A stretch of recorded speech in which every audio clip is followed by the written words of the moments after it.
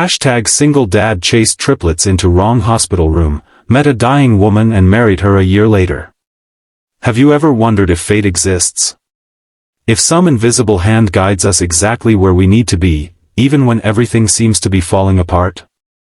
This is the story of Michael Bennett, a single father of 3 spirited 4-year-olds who, on the most chaotic day of his life, found love in the last place he expected, a hospital room that wasn't supposed to be part of his journey at all.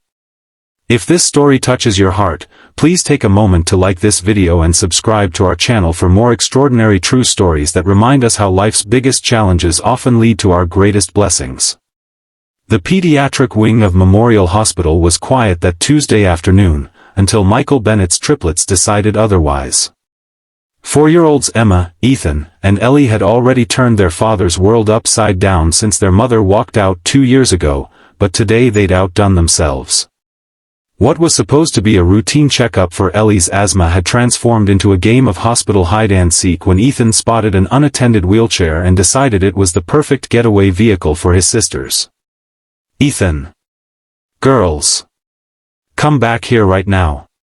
Michael's voice echoed down the sterile hallway as he sprinted after 3 bobbing heads, his worn sneakers squeaking against the polished floor. He was exhausted, the kind of bone-deep tired that comes from working double shifts as an electrical engineer while raising 3 children alone. His dark hair hadn't seen a proper cut in months, and the shadows under his eyes had become permanent fixtures on his once youthful face. The triplets giggled as they rounded another corner, disappearing from sight. Michael cursed under his breath, picking up speed. They were heading toward a wing he didn't recognize, the oncology department, though he wouldn't realize this until later. All he knew was that his children were getting farther away, and the amused smiles of hospital staff were quickly becoming concerned frowns. When he finally caught up, it was already too late. The triplets had burst into a private room at the end of the hall, and by the time Michael skidded through the doorway, they were already engaged in animated conversation with the room's occupant. "And this is Bunny, he's blue because that's the best color ever," Emma was explaining, holding up her tattered stuffed rabbit to a woman in the hospital bed. "I completely agree," the woman replied with a smile that transformed her entire face. "Blue is absolutely the best color." Michael froze in the doorway. The woman was young, perhaps early 30s like himself, with a colorful scarf wrapped around her head where hair should have been. Her frame was slight beneath the hospital blankets, her skin pale, but her eyes were alive with warmth and humor as she entertained his children. "I'm so sorry," Michael stammered, mortified. "Kids, we need to go. We're bothering this lady." "They're not bothering me at all," she said, her voice soft but clear. "I'm Sarah. And your children are delightful. They've brought more joy into this room than I've felt in weeks." Something in her voice made Michael pause. Perhaps it was the genuine pleasure in her expression as Ellie climbed onto the edge of her bed to show her a drawing, or maybe it was the way she winced slightly when she shifted position but quickly masked it with another smile. "I'm Michael," he found himself saying. "And these troublemakers are Emma, Ethan, and Ellie." "The triple ES," Sarah laughed. "Very efficient naming." "Their mother picked the names," Michael explained, then immediately regretted mentioning her. "Well, she has excellent taste," Sarah replied smoothly, saving him from his awkwardness. She turned to Ethan, who was eyeing her 4-pole with curiosity. "That's how I get my medicine. Want me to show you how it works?" Michael should have gathered his children and left. He should have apologized again for the intrusion and returned to the pediatric wing where Ellie's doctor was probably wondering where they'd disappeared to. But there was something about Sarah's presence that made him linger. For the first time in years, he felt a connection to another adult that wasn't centered around his children's needs or his work responsibilities. A nurse appeared in the doorway, surprise evident on her face. "Sarah, I didn't realize you had visitors." "Neither did I," Sarah replied with a conspiratorial wink at the triplets. "But they're the best surprise I've had during my stay." The nurse gave Michael a questioning look, and reality crashed back. "We're actually lost," he explained. We were in pediatrics for my daughter's appointment, and the kids ran off. I'm afraid we're in the oncology wing, the nurse said kindly. Quite a ways from pediatrics. Oncology. The word hit Michael like a physical blow. He looked back at Sarah, noticing for the first time the various machines monitoring her vitals, the collection of medication bottles on the side table, the thinness of her wrists as she showed Ellie how to make shadow puppets in the sunlight streaming through the window. We should go, he said quietly, gathering his children despite their protests.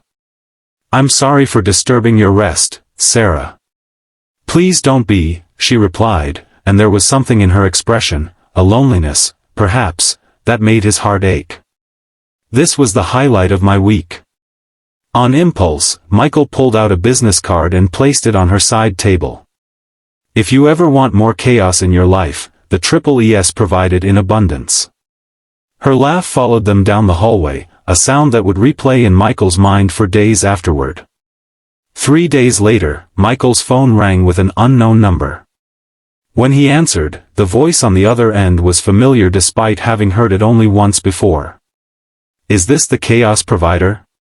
Sarah asked, and Michael could hear the smile in her voice. That call was the beginning of something neither of them had anticipated. Sarah explained that she had stage 4 ovarian cancer. The prognosis wasn't good, 6 months at best, according to her doctors, but she was fighting with everything she had. I've been in and out of this hospital for 2 years, she told Michael over coffee in the hospital cafeteria a week later, while his children were at school. At first, I thought I'd beat it. Now, I'm just trying to live whatever time I have left with meaning. Sarah had been a kindergarten teacher before her diagnosis, a career she'd loved and hoped to return to someday, even as that hope dimmed with each new scan. She had no family nearby, her parents had passed years earlier, and her only sister lived overseas. Cancer had isolated her in ways she hadn't expected, as friends gradually visited less, uncomfortable with her illness and unsure what to say. That's why your children bursting into my room felt like. I don't know, like the universe sending me a gift, she admitted. They weren't afraid of me or my baldness or the machines. They just saw another person. Michael understood isolation all too well. Since becoming a single parent, his social life had dwindled to parent-teacher conferences and the occasional conversation with neighbors. He and Sarah recognized in each other a kindred loneliness, and from that recognition grew a friendship that defied their circumstances. Against all logic, Michael found himself bringing the triplets to visit Sarah whenever she felt strong enough. They would play board games in her room, or Sarah would read to the children while Michael caught up on work emails. On her better days, when she was between treatments, Sarah would join them for outings in the hospital garden or the nearby park. You don't have to do this, Sarah told him one evening as they watched the triplets chasing fireflies. She'd been released from the hospital temporarily, and they were celebrating with a picnic dinner. Spend time with a dying woman. Michael looked at her then, really looked at her. Despite everything, there was a vibrancy to Sarah that transcended her illness. When she smiled, which was remarkably often given her circumstances, her entire being lit up with a joy that was infectious. I'm spending time with a living woman, he corrected her. One who makes my children laugh and who somehow manages to find my terrible jokes funny. They are pretty terrible, she agreed, nudging his shoulder with hers. Something shifted between them that evening. What had begun as friendship was evolving into something deeper, something that both terrified and exhilarated them. It was Ellie who first called Sarah our Sarah, and Emma who asked if Sarah could come live with them, so she won't be lonely anymore. Ethan, always the most perceptive of the triplets despite being the most mischievous, simply climbed into Sarah's lap one day and said, "You love us, and we love you." That's how family works. Out of the mouths of babes came the truth they'd both been dancing around. They were falling in love, against all odds and against all reason. The reality of Sarah's illness remained a constant shadow over their growing relationship. There were days when she was too sick to see them, days when the pain was too intense or the side effects of treatment too debilitating. Michael struggled with the fear of what it would mean for his children to lose another mother figure, with the guilt of wondering if he was being selfish by pursuing this relationship. Sarah had her own fears. "I don't want to be another loss in your lives," she confessed during one of her darker moments. "You've all been through enough. That's not for you to decide," Michael told her firmly. "We choose to love you, knowing everything. That's our right."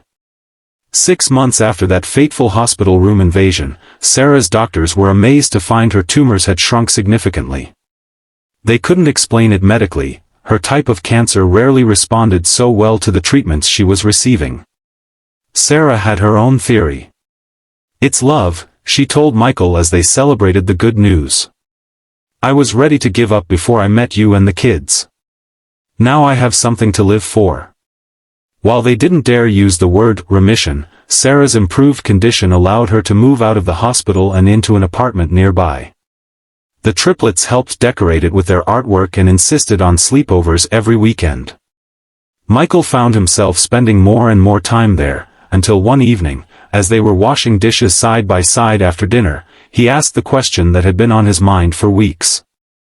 "Move in with us," he said simply. "Or we'll move in with you. Either way, let's stop pretending we're not a family already." Sarah turned to him, dish soap bubbles clinging to her hands. "Michael, you know I can't promise forever." "None of us can," he replied. "I learned that when the triplets' mother left. Life doesn't give guarantees. But I'd rather have whatever time we get together than spend it apart out of fear." They were married 3 months later in a small ceremony in the hospital garden where they'd spent so many afternoons. The triplets served as flower girl and ring bearers, scattering petals with more enthusiasm than precision. Sarah's oncologist and favorite nurses sat in the front row, tissues in hand. There wasn't a dry eye present when they exchanged vows that acknowledged their unusual circumstances but focused on the miracle of finding love in the most unexpected place. "I wasn't looking for you," Sarah said in her vows, her voice clear and strong, "but 3 little matchmakers led their daddy right to my room, and my heart has never been the same." 1 year after the triplets' hospital escape, Sarah's scans showed no evidence of disease, a milestone her doctors had never expected her to reach. While they remained cautiously optimistic, reminding the couple that Sarah would need regular monitoring for years to come, they couldn't deny that something remarkable had occurred. Life settled into a new normal for the Bennett family. Sarah gradually returned to teaching, starting with part-time work at the triplets' school. Michael found a better work-life balance, no longer carrying the burden of parenthood alone. The triplets flourished with 2 parents who adored them, though they never lost their penchant for mischief. "Do you ever wonder what would have happened if they hadn't run away that day?" Michael asked Sarah one night as they sat on their porch swing, watching the stars while the children slept. Sarah leaned her head against his shoulder. "I think about it all the time. I was at my lowest point that day. The doctors had just told me the latest treatment wasn't working. I was considering stopping all treatment, just giving up." Michael tightened his arm around her, the thought of how close he'd come to never knowing her too painful to contemplate. Then suddenly, Sarah continued, "These 3 little whirlwinds burst into my room, bringing all their noise and life and curiosity with them. And right behind them was their frazzled, apologetic dad with kind eyes." She looked up at him with a smile. "How could I give up after that? Sometimes life's greatest blessings arrive in the chaos of our most challenging moments." For Michael Bennett, chasing his triplets down a hospital corridor led him to the love of his life. For Sarah, the interruption of 3 children and their exhausted father gave her a reason to keep fighting when she'd nearly lost hope. Their story reminds us that even in our darkest hours, unexpected joy can find us, sometimes in the form of mischievous children leading us exactly where we need to be. If this story touched your heart, please like this video and subscribe to our channel for more remarkable true stories that remind us how life works in mysterious ways. Sometimes getting lost leads us exactly where we're meant to be.